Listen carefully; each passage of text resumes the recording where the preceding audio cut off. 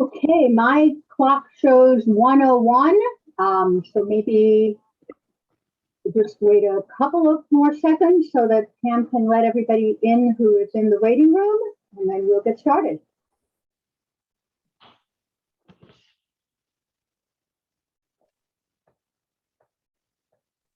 All right, we're going to get started. Hello and welcome to the third and last session in the Taxation and Gender Summer Series sponsored by the American Tax Policy Institute. I'm Alice Abreu, a member of the Board of Trustees of ATPI, a law professor at Temple Law School in Philadelphia, and the moderator of today's program. On behalf of Eric Solomon, the president of ATPI, I want to welcome you to today's program and tell you a little bit about ATPI.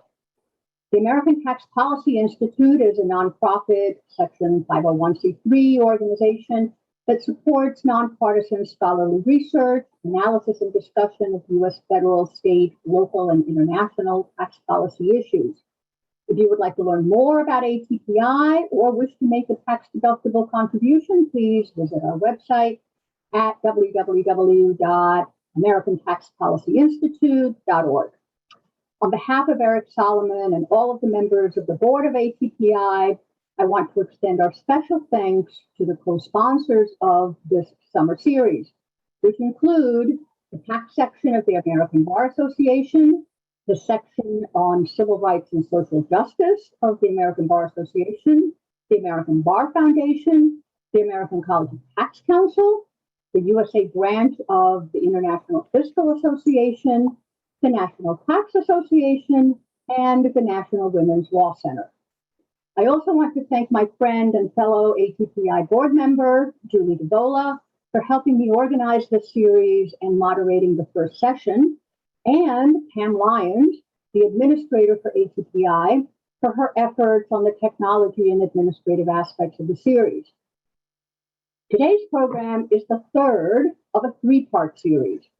The first program focused on the work of the OECD on tax and gender, including the OECD's work developing the idea that gender-blind tax systems are not necessarily gender neutral.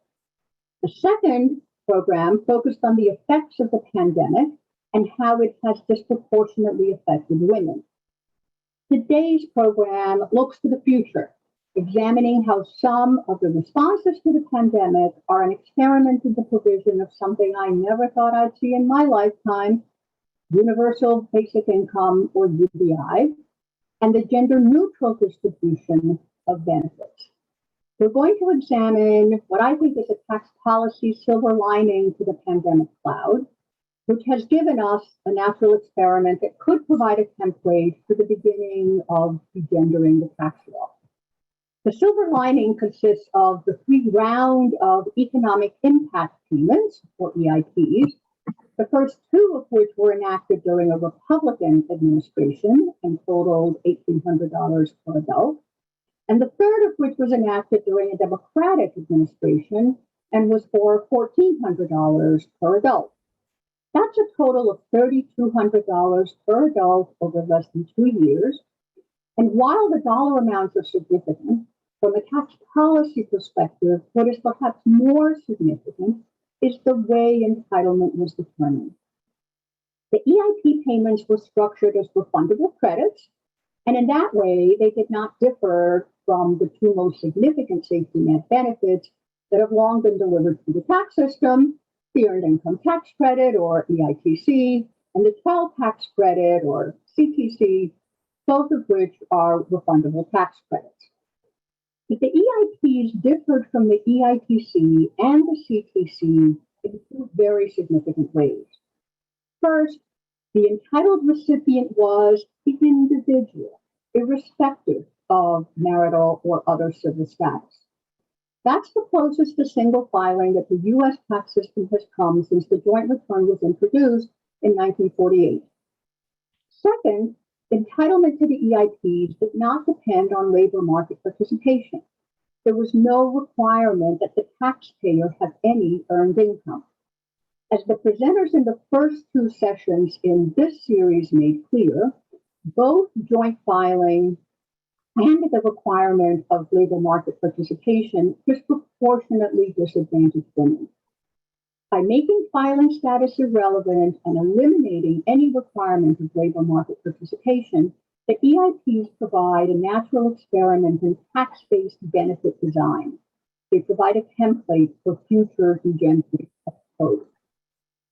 In addition to EIP payments, this year's American Rescue Plan made significant changes to the child tax credit.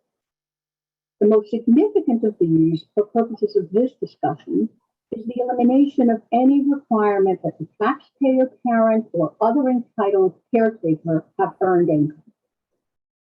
As an inveterate optimist, I think that something good must come out of this pandemic, and I find a piece of that good in these two very significant tax policy developments.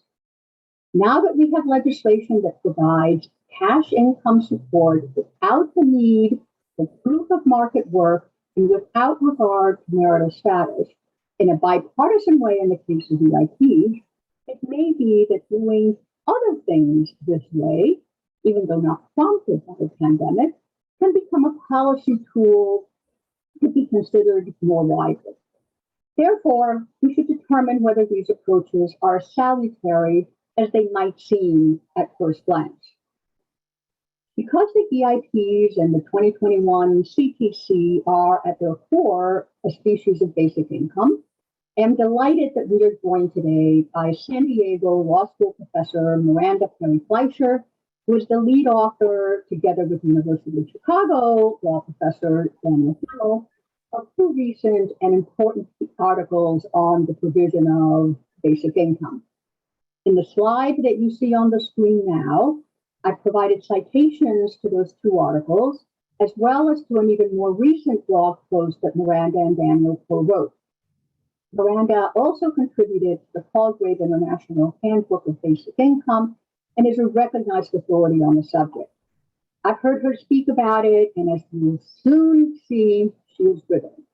She's won numerous teaching awards, and she's also won many awards for her scholarship.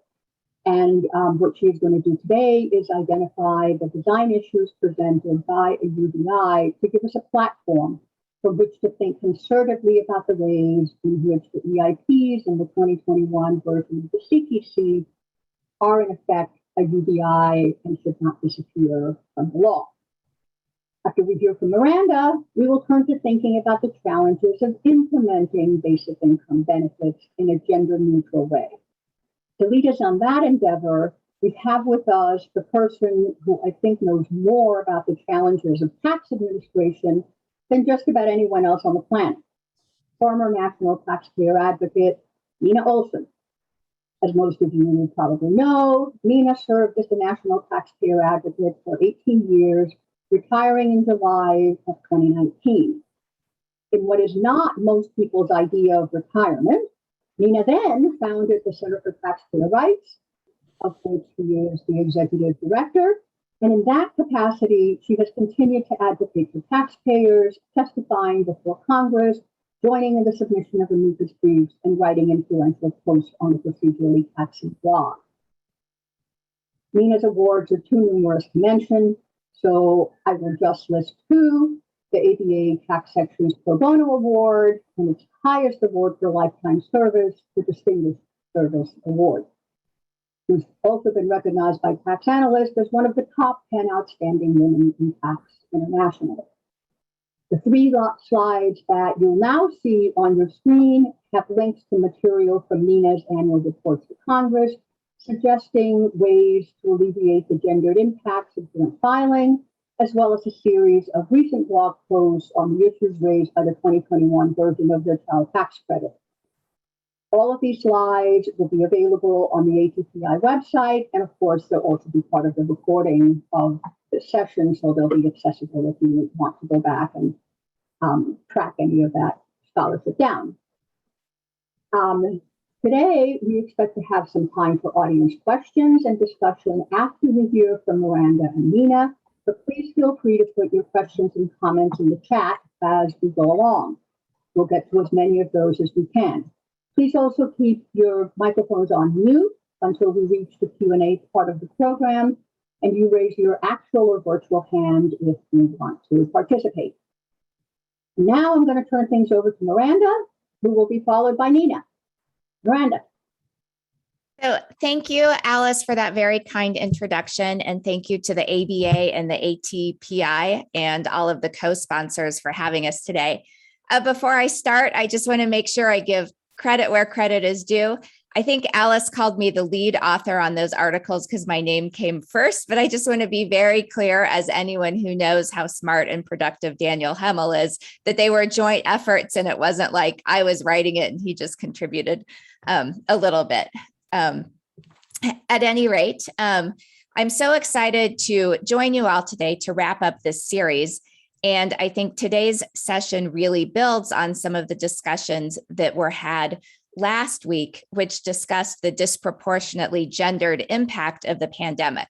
So I'd like to pick up on that discussion and talk about what lessons we can learn from the economic responses over the past 18 months.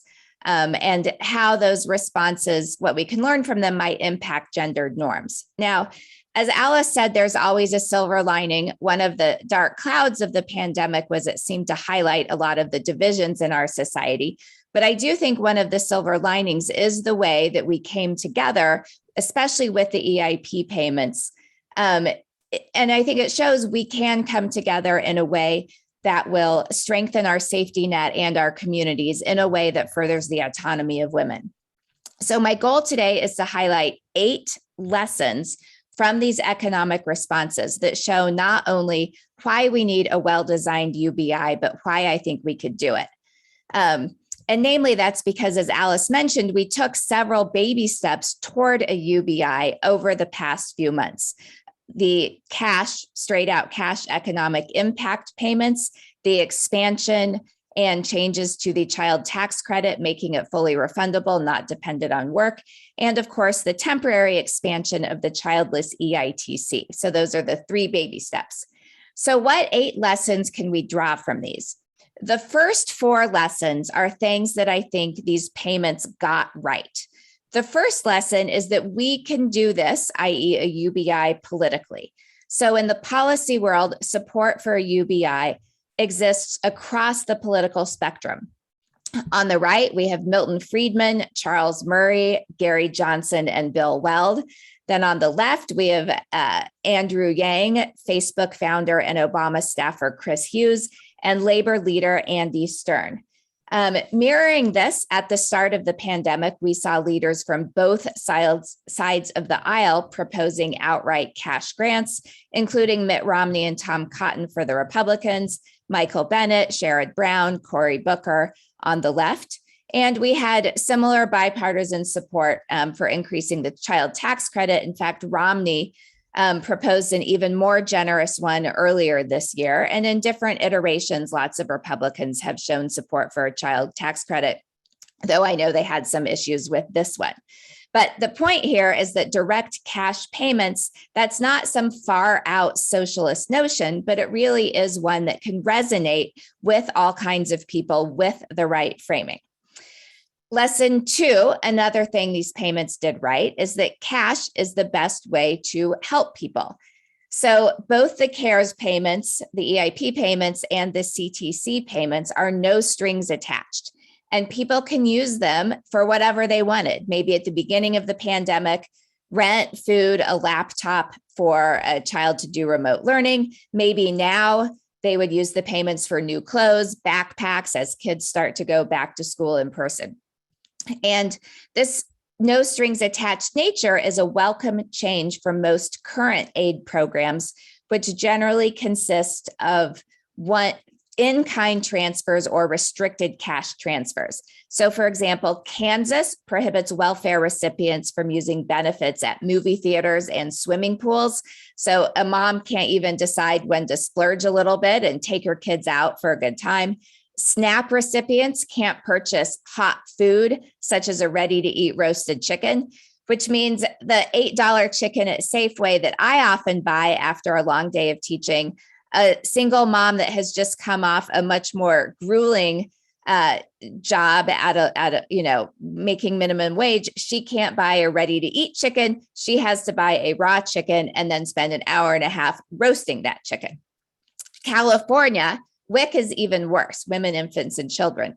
California has a 17-page pamphlet identifying specifically which types of foods WIC recipients can buy. You can buy white eggs, but not brown. You can buy blocks of cheese, but not shredded or sliced cheese. You can't buy a salad mix if it contains croutons or dressing in it.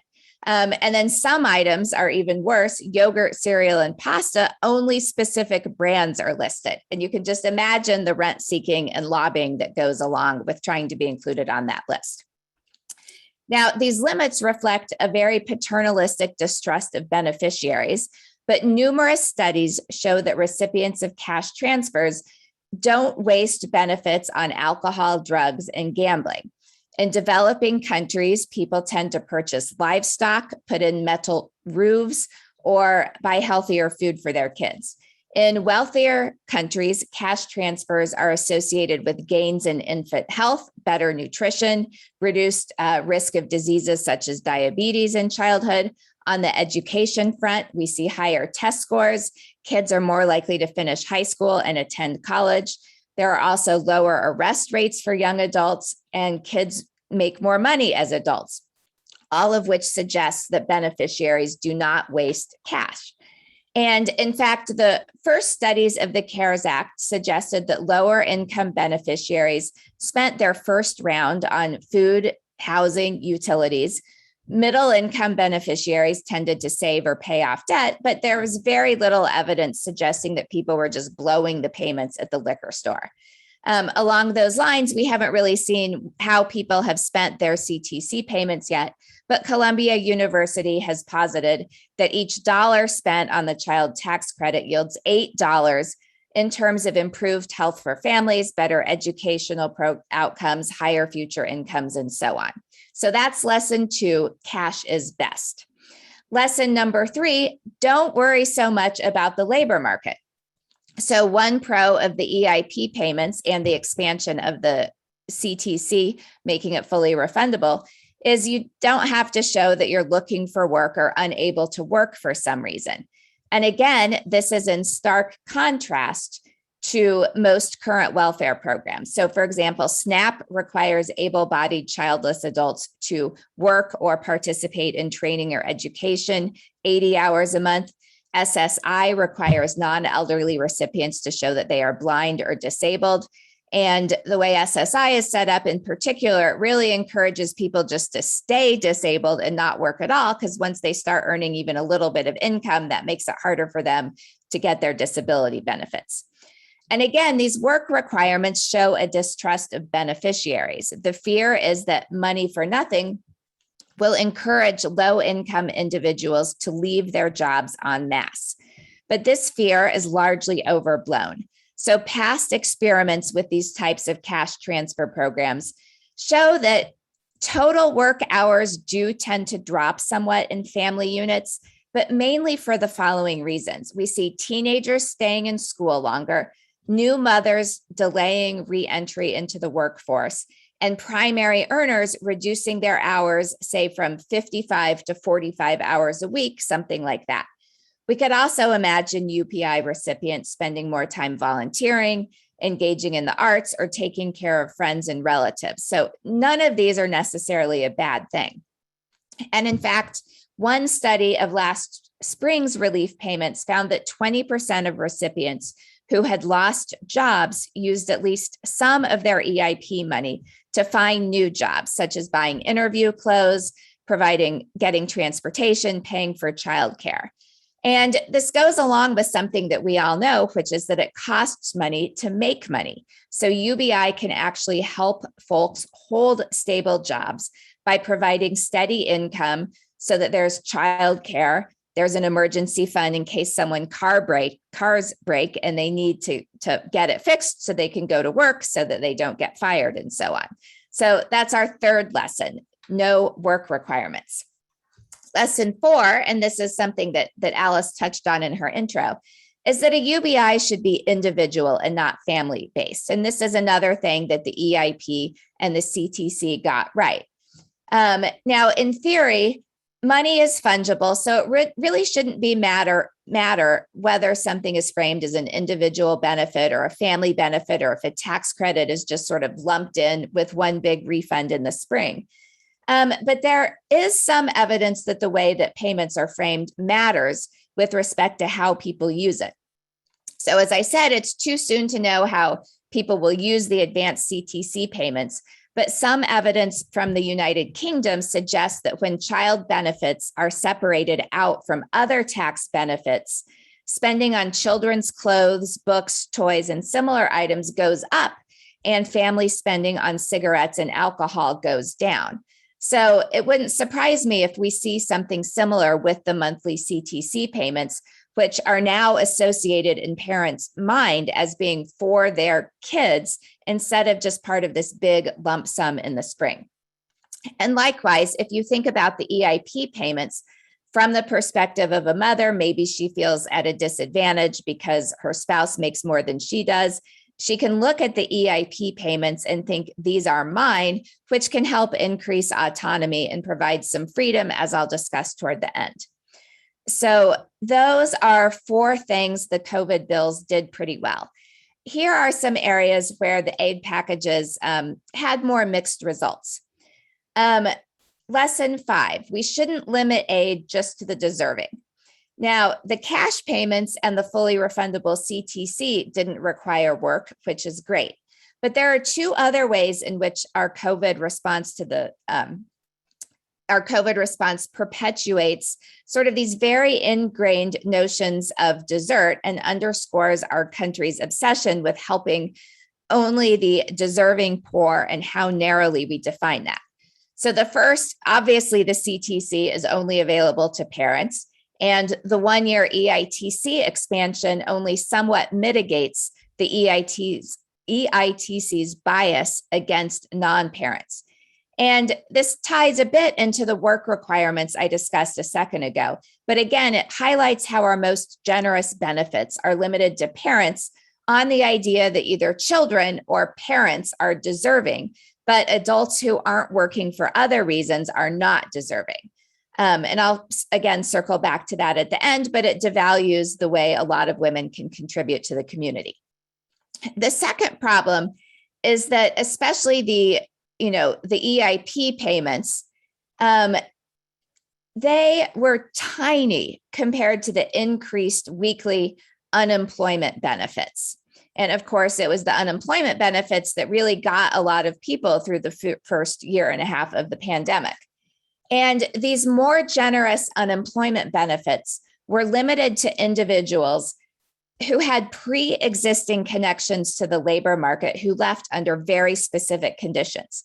So if you couldn't work because you were caring for a family member sick with COVID, you got the benefits.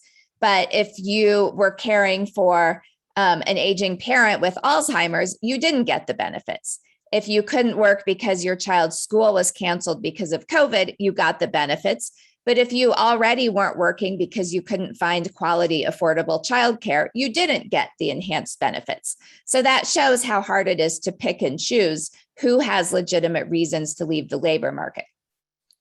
Also, because unemployment and the EITC, because their benefits go up as one's past wages go up, this mismatch sort of signifies that our safety net is somewhat upside down and that it helps the slightly poor more than the very poor, which again can often disadvantage women. The botched rollout of the unemployment benefits also shows another downside to targeting aid to the deserving. The government is just really bad on how to target that aid. Guidance on how to file for self-employed workers took forever. People with more than one employer struggled to input jobs into the system. And remember all those stories from the beginning of the pandemic of people spending like hours and hours on the phone trying to sign up for benefits. So this just demonstrates something that welfare recipients have known for years, that the barriers to aid, office visits, lengthy forms, drug tests, are sometimes so time-consuming that at times it feels like you have to choose between working or getting the aid you deserve. And you sometimes can't do both at the same time. So when you put that all together, often the very people that can navigate the system the best to prove that they are deserving are actually the most capable of work, and the least capable, who in theory we might think would be most deserving of benefits, are least able to convince the state that they are the most deserving. So lesson 5, requiring work and or children, narrows who counts as deserving, and the government is not great at determining who is deserving. A UBI would avoid those pitfalls. Lesson 6, here we have, again, mixed results. A UBI should provide equal payments to children and adults. So the first set of EIP payments gave a smaller amount to kids than parents. That was fixed in the later rounds, which is good.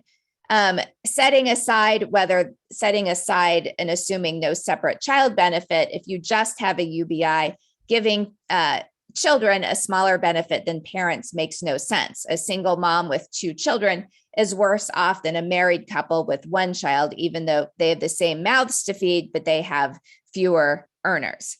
And we also know that evidence shows that augmenting family income has positive long-run impacts for kids.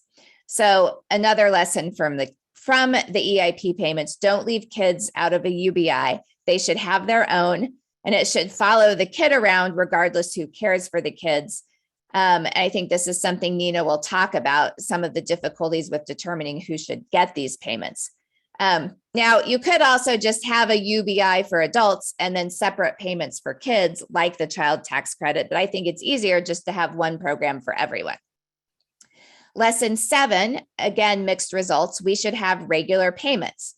So the EIP payments kind of came out in these lump sums. No one really knew when they were coming, if they were going to come, how big they were going to be.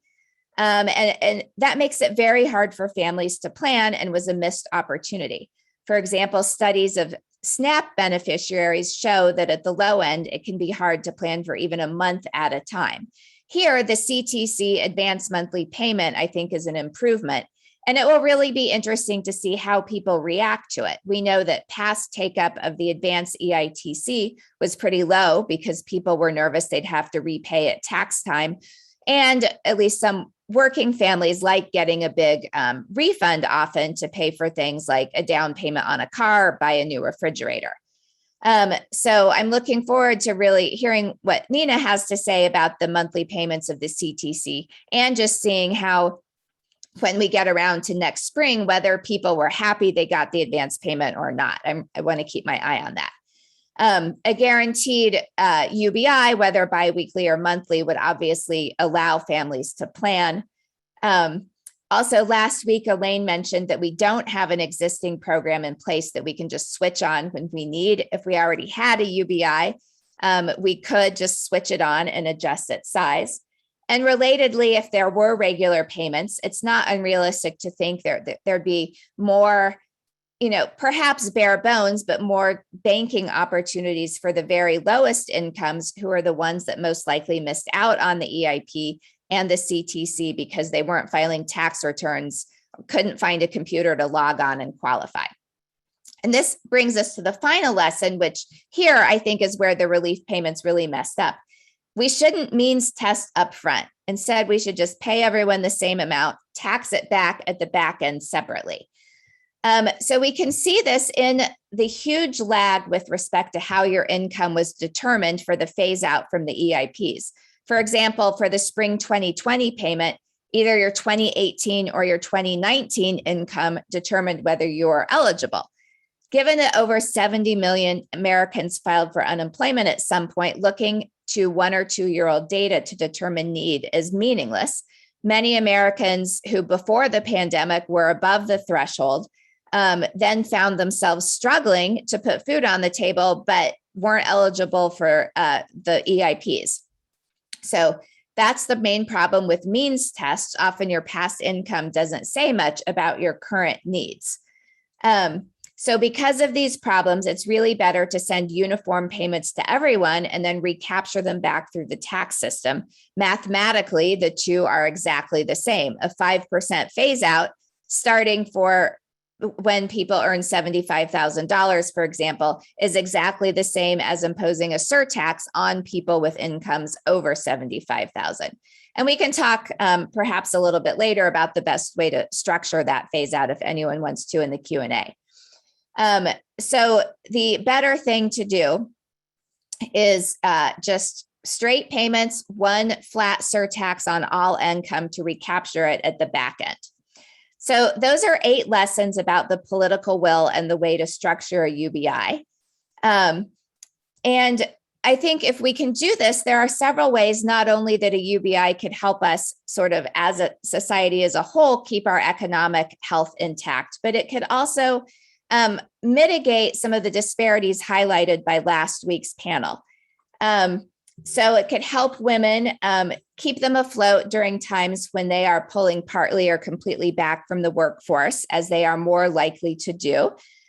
So women could use the UBI as a cushion for that or to pay for childcare. It reduces poverty among vulnerable groups. And it has a few numerous intangibles. De-emphasizes work, which hopefully means that caretaking and other unpaid work would be treated as worthy and socially recognized. And it increases a woman's autonomy by giving her bargaining power both in the household and in a lot of the low-wage jobs that women find themselves in. So when we layer that into the previous lessons, I think we can see that there are multiple benefits from a UBI for society, for women, that we have the political will to do it. Thank you so much, Miranda. And we'll just go right over to Nina. So your thoughts, Nina. Well, first of all, Alice and Julie, thank you so much for pulling this program together, and ATPI and all the other sponsors for doing it, and Miranda for that incredible presentation, really thought-provoking. My contribution, if there is one to this discussion, is to try to noodle through in my own brain how you would do this if you were doing this, one, through the tax system in some way, like there's a role for the IRS for the tax system, and also to think about whether the IRS should even be involved in it at all. But listening to the programs from the previous years, I did want to, from the previous sessions, I wanted to share something, and this picks up something about, Miranda's point about the deserving poor, or people deserving things, which is so ingrained in the American culture. Very early on at the Community Tax Law Project, where when I was the executive director, we had something called the Community Tax Law Report. And it was a short-lived, quarterly digest of articles by anybody I could press into service. And Mary Louise Fellows wrote a really wonderful article about the history of the Child and Dependent Care Credit. And in that article, she quoted some congressmen from various hearings. And I thought I would just read it just to show sort of how much the concept of desert really came into things that have so much importance in women's lives and families' lives. So here is Congressman Noah Mason from Illinois at a Ways and Means hearing. And he says, this is 1954. I know dozens of instances in my own little town where the mother learned she could earn money during World War II and now insists upon doing it while the children are running loose and becoming a nuisance in the town. I would not want to give that kind of mother any exemption for whomever she hires. But if it is a widow or widower, I think he or she is entitled to it, namely the child care credit.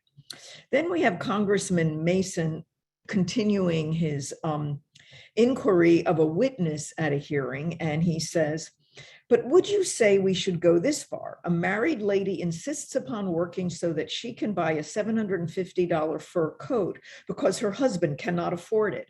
He is working, he is earning what we would call a good living, but she cannot afford these luxuries, and she wants these luxuries, and therefore she goes to work and earns for herself enough to get these luxuries, and she neglects her children or hires someone who is not capable of handling them and is letting them run the streets and thus bringing about juvenile delinquency. I know of several cases of exactly that kind, would you say this committee should step in and encourage that woman to continue to do that? Okie dokie.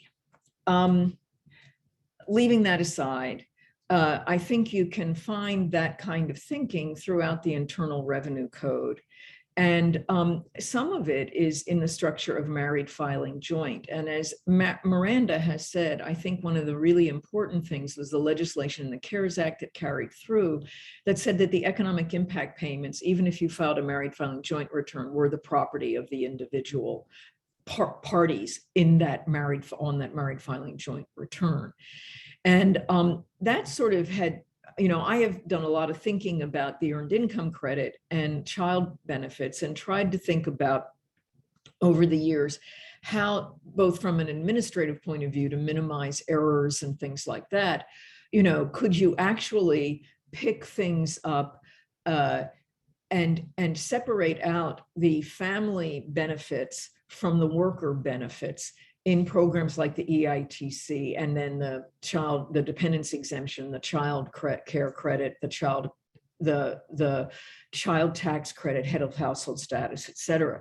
And so one of the proposals that I've come up with over time is, make the earned income credit based on an individual's earnings. Now that doesn't deal with the fact that you have people who aren't participating in the labor market, but are providing work. But I think what that does is then that sets you up, as long as you're focusing on the individual earnings, to give some kind of credit. Then you can actually, that's another step toward a universal benefit that's not tied into the labor force participation. And then you are separating out what goes to the family. And then further you would separate out, that there is a benefit for yourself that reflects what we as a society think we need in order to just survive or have a subsistence living or above subsistence living. A satisfactory living, and then also what the children need. And once you have that, then you have to decide where you want this to be administered through. And that's really been the challenge of my life. And I've always done it going backward, because you're presented with what you have today, which is the earned income credit and dependence exemptions and things going through the Internal Revenue Code. I've heard a lot of people talking about the Social Security Administration should do this. And on the one hand, I think, yes, the Social Security Administration knows a lot of people in this society. They know children who are born in the United States, because pretty much before they leave a hospital, if you have a child in the hospital, you apply for your Social Security number. They don't know about individuals who are undocumented. They don't know about persons who get individual taxpayer identification numbers and are permanent resident aliens of the United States or fit other characteristics. They don't know, the Social Security Administration doesn't know where the child exists as today, doesn't know with what family structure the child exists, who is caring for the child. In some instances they do, but in the vast majority of children, they do not know. The IRS knows that for about over 100 million families. That every year we at least know, retroactive to 1 year, where the child has been most of the year. We know the IRS knows all of the income except for undisclosed income, unreported income, not just wages, which Social Security has, but Social Security now sends to the IRS daily, on a daily basis during the filing season, so this IRS can update its records. So pretty much in real time, the IRS is getting the same information Social Security has, and that it is also getting the information about income that all the other information reports provide us. Now, that might not be important if you go with a universal benefit that isn't based on income. In the sense of the disbursement, so you could conceivably have Social Security paying it out, where it would pay the child benefit is an issue, because then you'd either have to have the IRS telling Social Security, this is where we've been told the child exists last year, or you'd have to create a new mechanism for Social Security to receive that information itself. Another bureaucracy that we would then, reporting bureaucracy that we would then create. And then IRS could do the clawback at the end of the year based on income or whatever, which is the information it has. And some countries have done that kind of bifurcation of administration. Australia in particular has its equivalent of Health and Human Services Agency making eligibility determinations and sending the order to, it actually gets the income information from the tax agency. And then the Health and Human Services, or Health and Labor, I think it is, makes the eligibility determination and then tells the tax agency to make the disbursement. So the tax agency is actually a disperser. In the United States, none of the agencies are dispersers of payments. It is the Bureau of Fiscal Service and Treasury that makes the disbursement in payments, and it receives basically instructions from all the agencies, to make those payments, Social Security and IRS. So we already have a bifurcation of who's making the payments. It's who's telling the agency to make the payments. Is it Social Security? Is it IRS? It's a combination of the two. I kind of come down on having the IRS do this, but then there are drawbacks to that. One is, and this is what I wrote about in my series of blogs, and in particular, the blog dealing with my proposal for a family and worker benefit unit, otherwise catchily known as FABU, which is that the IRS defines itself as an enforcement agency. And despite my railing at it for 40 years, it still defines itself as an enforcement agency. And so I have really said, if the IRS is going to administer these kinds of programs, you have to create a whole division in the IRS whose sole job it embraces its mission as a social benefits agency as well as a revenue collector, that the mission statement of the IRS has to explicitly acknowledge those two lines of business. And then it has to have a division that is organized from start to finish, from education and outreach, working with stakeholders, being on the ground with stakeholders in the communities, knowledgeable about the populations it's serving, and then doing compliance initiatives that aren't just the traditional audits, but much more creative and much more geared toward helping people learn what the rules are and how they can comply, and understanding the limits of the population. And I'm not just talking about the low-income population, because anybody who's worked with families and family law knows that it doesn't matter what your income level is, but families are a mess. And trying to fit them into very specific rules is just not, there's going to be compliance issues no matter what your income level is. So you need a unit that really understands that and embraces that role, and then hires employees whose jobs are not about being forensic accountants, but are actually more social work and understanding the characteristics of those people that they're serving. And I also think that if you create a unit like that there will be downstream effects to the entire IRS. It will transform taxpayer service in the IRS overall, regardless of what line of business you are interacting with the IRS. I think it calls for a transformation of the IRS in that way. And, I'm not someone who's, idealistic in that sense, but I do think it's possible to do it in the IRS. I think there are people in the IRS who are thinking along those lines, actually. So there you have a unit in the IRS, and then you sort of get stuck with, well, there's a whole part of the population, those outside of the labor force or those with income so low that they have no requirement to file with the IRS. They don't want to interact with the IRS. So how do you get them to engage with the IRS? At least enter that system and overcome their fear. And I think that's where you really have to have a role of navigators. And there, I think that the navigators have to be government-wide, because this is where it really becomes important that your safety net, in addition to whatever kind of form of universal benefit you're going to run through the tax code, you've got other benefits as well. And you don't want, and to Miranda's point about, just the sheer burden of applying for these things. We always knew in our clinics that if you put a road, just if you made somebody do 2 steps for something, at that second step, they went away.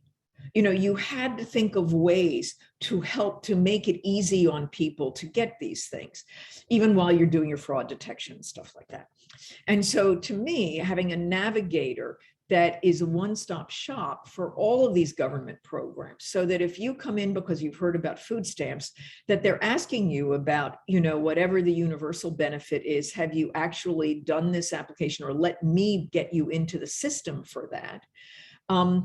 That is how we will bring in these people and have sort of an interface between them and the IRS. Of course, it needs to be a professionally run program so that we don't have fly-by-nights coming out and preying on the population, which we already have with the earned income credit. So I see some real improvements with that in the navigator process. And they would be trusted partners and people in the community that those people trust. The mechanism of, I think, one of the big conversations has been about, how do you know where the child is? And I, for one, am not comfortable with an irrebuttable presumption that, somebody comes in and says, I've got the child, and then you continue to get the payments until somebody else comes along and says, well, no, I've got the child. And you let the person who's not bothered to update information with us keep all the money that they've gotten. And you say to the person who actually had the child for a period of time before they came in and told us, they don't get any of those back payments. They only get payments from the moment that they've come in. I think if you're really taking an individual perspective of this, then you're looking at both the individual adults, but you're also looking at, you want the money to follow the child. And so you've got to come up with some kind of mechanism that recognizes that, as I just said, families are often a mess, regardless of their income level. And often when children are moving, there's stress in both the leaving family household and the receiving household. And people won't be thinking the first thing, oh, I've got to update the IRS. So we have to have a system that understands that there's got to be a safe harbor for the leaving household. And there has to be a retroactive for the receiving household, of the child. And I think you can get there. I don't know what the exact safe harbor needs to be and things like that. And I think that we'll learn a lot from the advanced child tax credit case test. And I think if we have something like this for a number of years, we'll learn a lot more too, where we can refine what those rules need to be.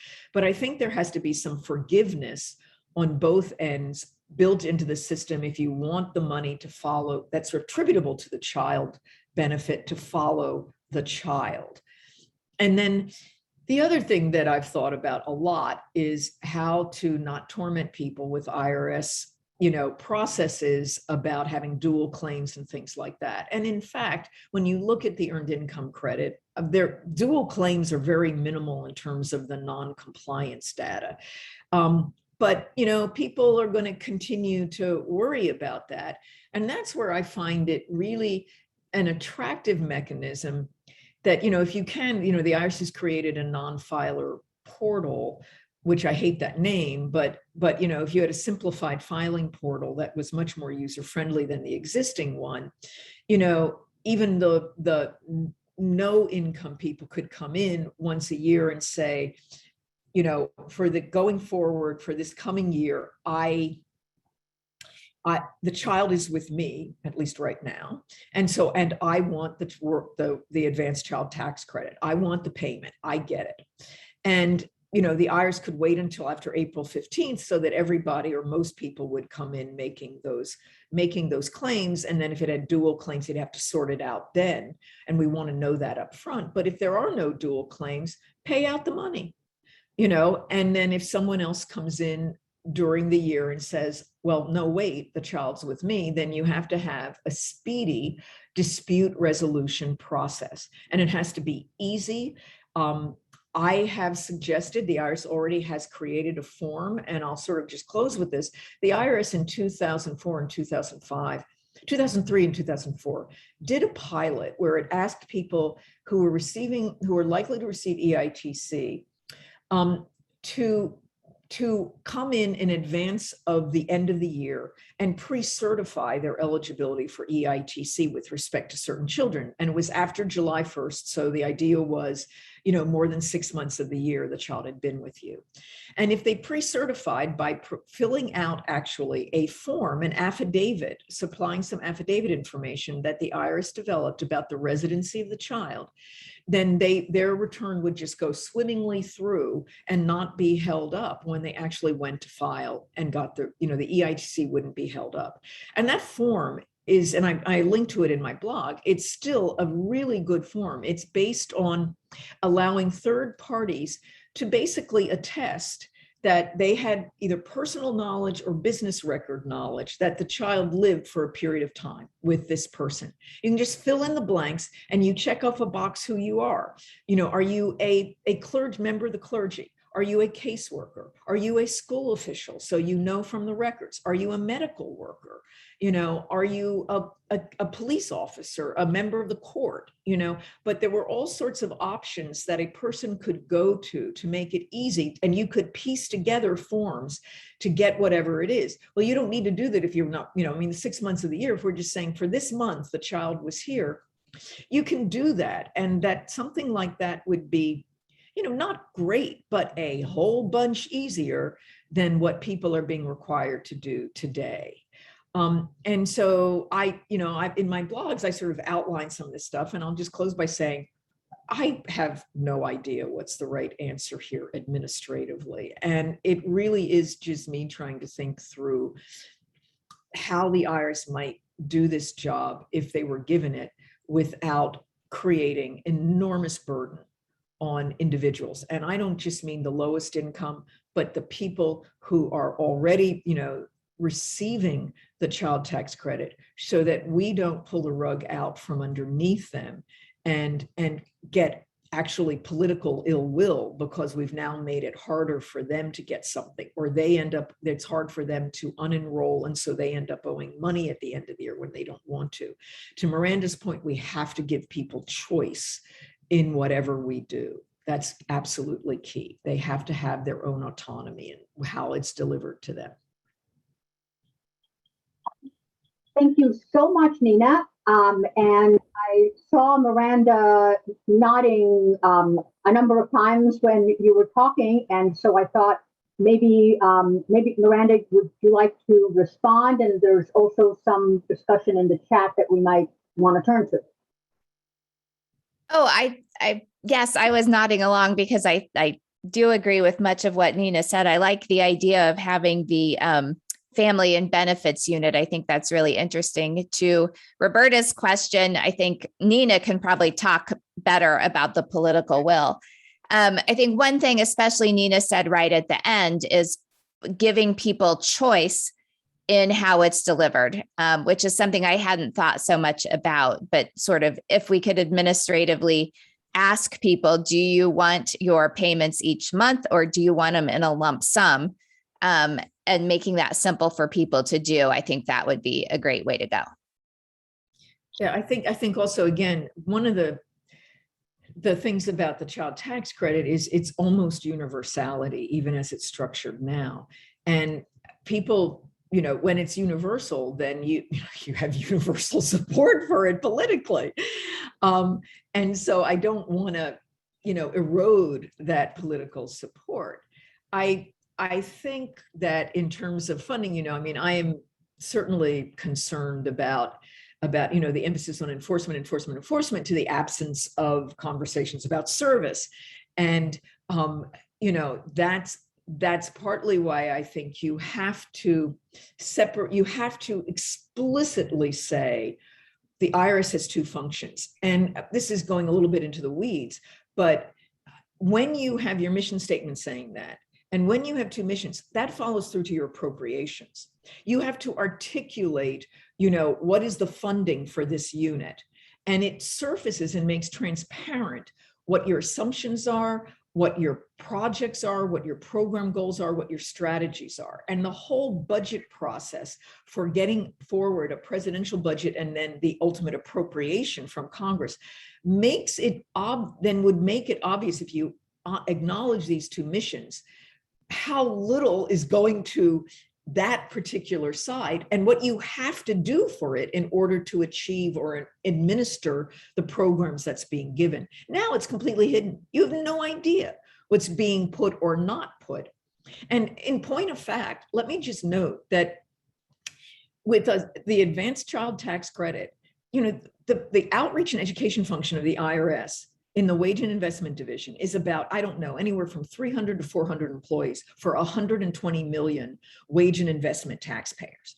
Like, that is a lousy, ratio.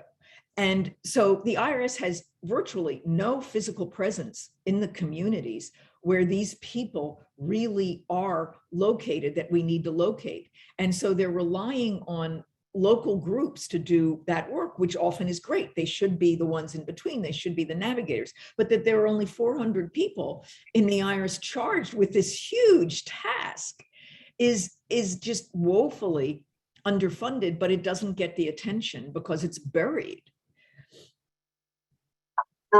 Nina, so this is a great segue to a question that Julie DeVola just put into the chat, which was, would there be a benefit to putting a new IRS function directly under the Secretary of the Treasury rather than the Commissioner so that it has more independence?